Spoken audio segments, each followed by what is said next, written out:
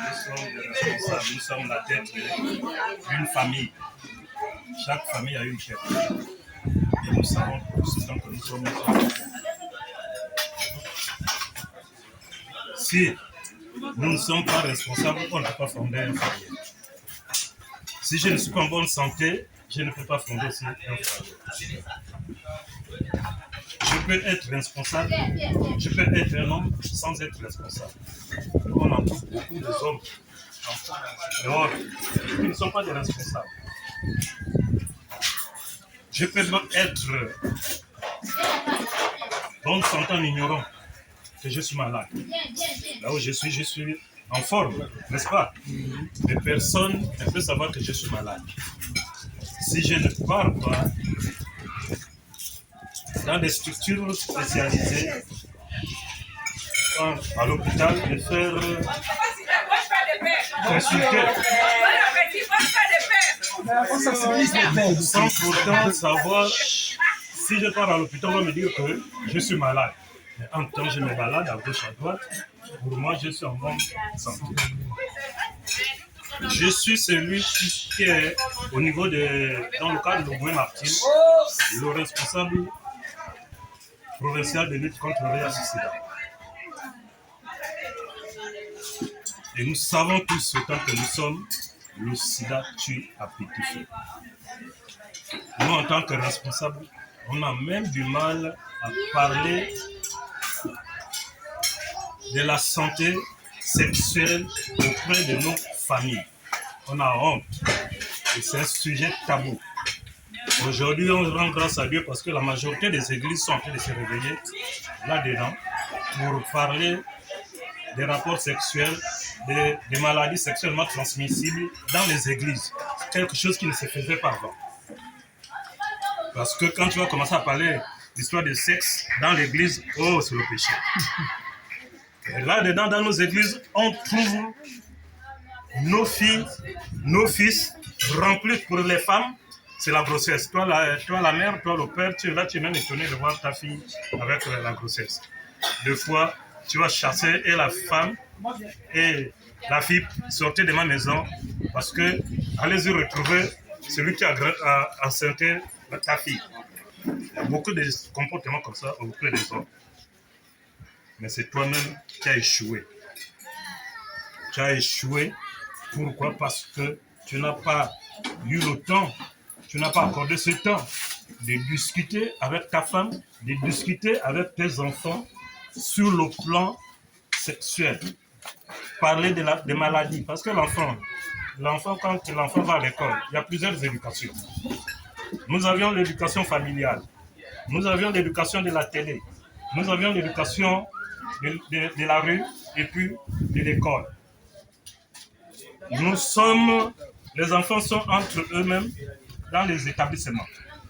On va commencer à rencontrer je suis sorti avec mon gars chez X, voici ce qui s'est passé. Mais l'autre est curieux ou encore curieux pour chercher à savoir de quoi il s'agit. Peut-être pour une personne qui est innocente, elle va chercher à savoir comment ça se passe. Et soudain, quand elle va découvrir, c'est les conséquences de grossesse. Et encore pire, pourvu que ça soit la grossesse. Mais seulement si, c'est une IST qui tombe là, voilà la catastrophe. C'est le gono, c'est la syphilis, etc. Aujourd'hui, on va se retrouver avec l'enfant à l'hôpital pour dépenser des centaines de milliers. Pourquoi? Parce que nous avons failli à notre éducation en tant que père, en tant que le premier responsable de la maison. Je pense bien que ces moments comme ici, aujourd'hui, c'est des moments où les papas, même si ce n'est pas parce que la fête des pères, mais l'organisation interne dans les églises où on peut débattre sur la sexualité, sur la vie quotidienne entre hommes et hommes, comment on gère le foyer, comment tel gère son foyer, comment ça se passe dans le foyer. Les échanges, ça fera un plaisir pour les uns des autres. Et c'est très intéressant. Aujourd'hui, 90% de nos jeunes sont atteints du VIH-Sida. Et je le dis, rapprochez-vous du CTA, on vous dira les résultats. Je suis dans le cadre de la prévention. Il y a des responsables qui sont dans la prise en charge, qui connaissent les données. Dans Port-Gentil, en gros, nous sommes à 3,4%, rien que Port-Gentil. Dans la province, nous sommes à 3,1%. Vous vous imaginez, pour toute la province, 3,1%. Pour la commune de Port-Gentil, 3,4%. Nous dépassons déjà la province et le Goué-Marty. Comment peut-il expliquer cela? Aujourd'hui, les analyses que nous sommes en train de faire, on essaie de voir l'abandon parental, on essaie de regarder des facteurs comme la pauvreté. On va parler des personnes qui quittent de loin pour venir apprendre, par exemple, ici à Port-Gentil. Il faut chercher à se prendre en charge. Et pour pouvoir se prendre en charge, il faut quoi? Il me faut un ami. Et cet ami-là, on ne connaît même pas est-ce qu'il est en bonne santé ou pas. Je vais m'accrocher à quelqu'un. Quelqu'un que je ne sais même pas parce que ce n'est pas écrit sur le front. Il a le VIH-Sida. Et aujourd'hui, nous les papas, nous sommes vraiment des responsables de ce qui se passe.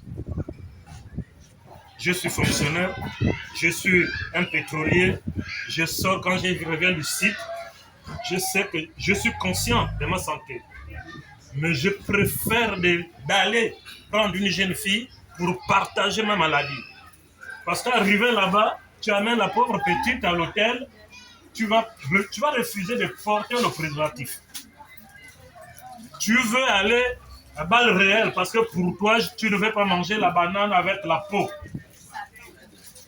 Ça, sincèrement, nous sommes des responsables, nous sommes des victimes, des responsables face aux victimes qui sont en face de nous. Parce que ce sont des ignorants, des enfants là. La petite fille va faire quoi devant toi? La précarité est là. La pauvreté est là. Je suis abandonné à moi-même. Je n'ai pas un soutien. Je fais comment? Je me livre. Du coup, pour nous, nous sommes obligés de faire ce que nous sommes en train de faire. Et nous devions dire non. Parce que nous sommes en train de tuer notre relève. La relève d'aujourd'hui, ce sont nos enfants. Tu as ton argent, oui. Si tu peux soutenir l'enfant, soutiens-le avec un bon cœur. Et de dire que je m'avais tué l'enfant. Parce que c'est un plaisir de 5 secondes. Juste 5 secondes. J'étais à la SMI jeudi dernier, lorsque j'ai fait le tour chez les mamans bébés, chez les mamans grossesse là, les ventres sortis là. Je me suis retrouvé en face d'une petite fille de 16 ans, 17 ans, quelque chose comme ça. Voilà le ventre. Je pose la question à la petite en question. Je dis, ma petite, tu as quel âge? 17 ans. Je dis, là où tu es, c'est déjà une grossesse précoce. Ça, c'est une charge que tu donnes, je ne sais pas si c'est la mère ou la grand-mère qui n'a plus de force.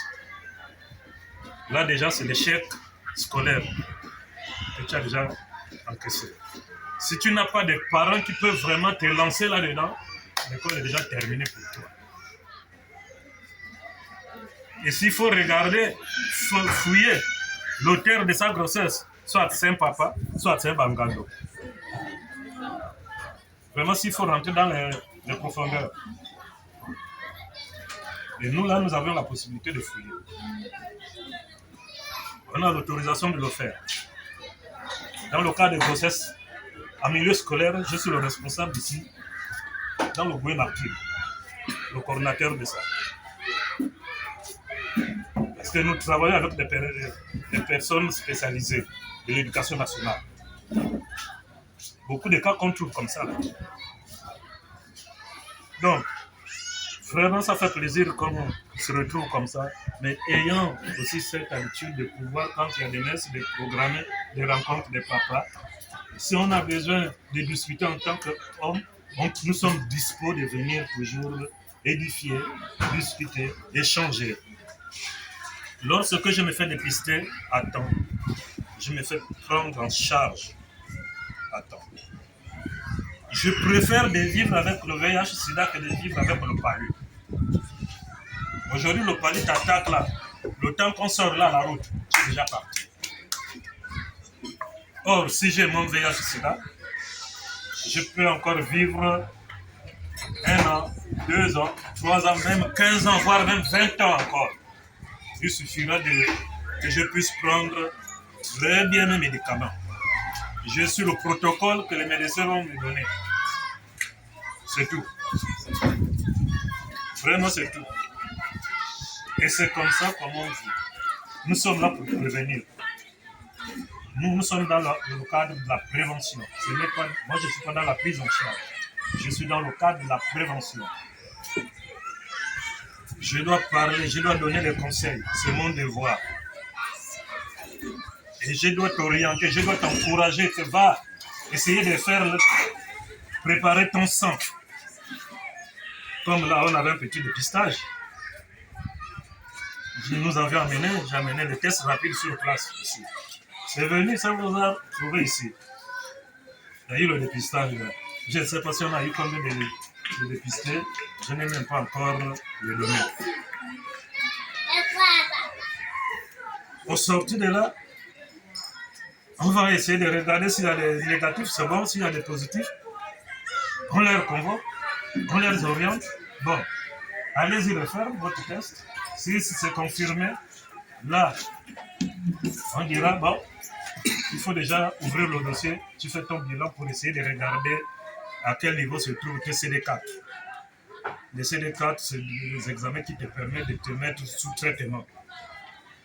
Tu fais ton bilan, tout ce que le bilan va relever là-bas, on te met sous traitement.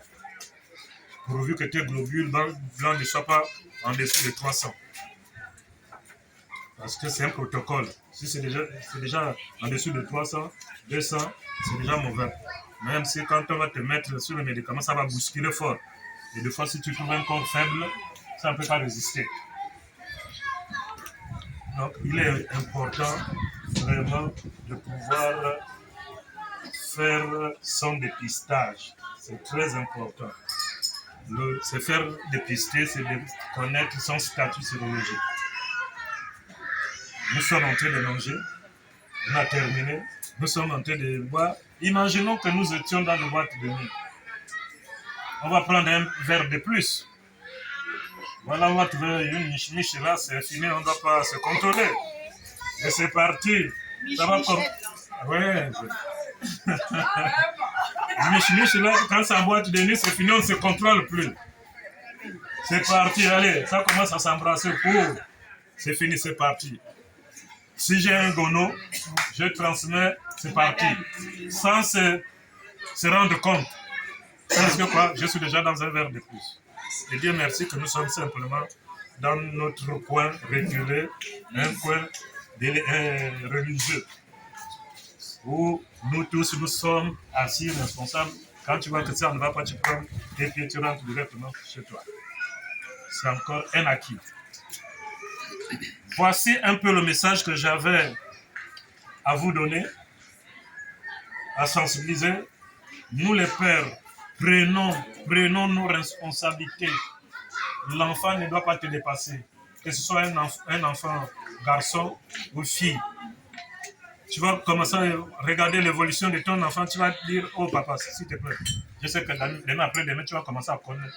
Quand je te vois là, tu évolues déjà dans les petites dehors là, mais assis-toi. Je ne suis pas contre que tu puisses évoluer, mais voilà ce qu'un homme doit faire. Voilà ce qu'il faut faire. La vie est précieuse. L'école, les études aussi sont précieuses. Demain après-demain, quand tu vas travailler, toutes les femmes là, ce serait pour toi. Quand tu vas passer avec la VX là, ce sont les femmes qui vont te draguer. Ah oui. Ce sont les femmes qui vont te draguer.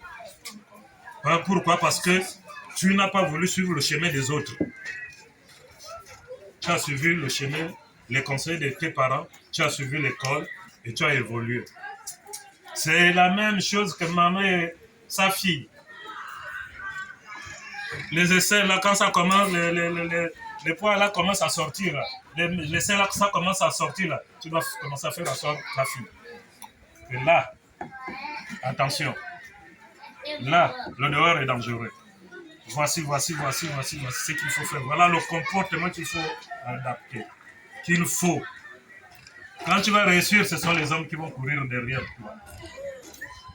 Parce qu'une femme qui réussit, je vous assure que même nous, en tant qu'hommes, on a même du mal à aller vers elle pour dire s'il te plaît. La langue est pincée, hein?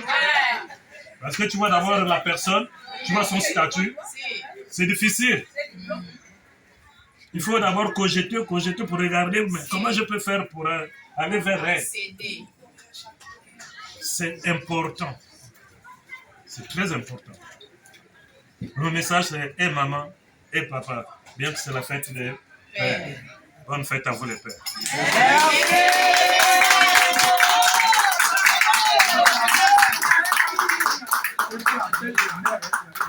C'est pas la fête des nerfs. C'est Ndouti, le responsable du programme de lutte contre le sida de la victime. Nous sommes là aujourd'hui, 21, c'est la fête des pères. Nous sommes au niveau du côté de l'église catholique Fort de l'Eau. Pour les activités de fête des pères, il y a eu une sensibilisation dans le cadre de la responsabilité du père en milieu familial. Donc nous avions traité le sujet sur le VIH-Sida. Nous nous rendons compte que les pères, les papas ont du mal à pouvoir parler du VIH-Sida ou encore de la sexualité à travers leurs enfants. Et pour les responsables des pères, le sida, c'est un sujet tabou.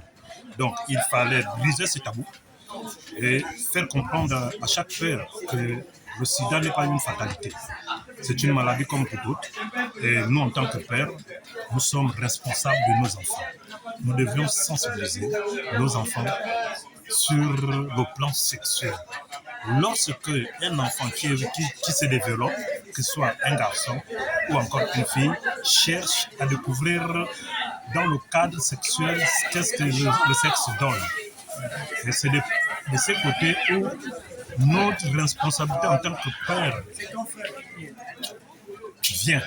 Parce que pour moi, je sous-entends que le père doit savoir orienter, éduquer son enfant sur ce point-là. Et nous avions sensibilisé dans le cadre de la prévalence au niveau de la province, au niveau de la commune, à ce qui concerne les arrondissements. Donc, voici un peu le message en bref que nous avions, quelques sujets que nous avions eu à traiter pour cette fête des pères en tant que responsable au milieu des papas. Merci.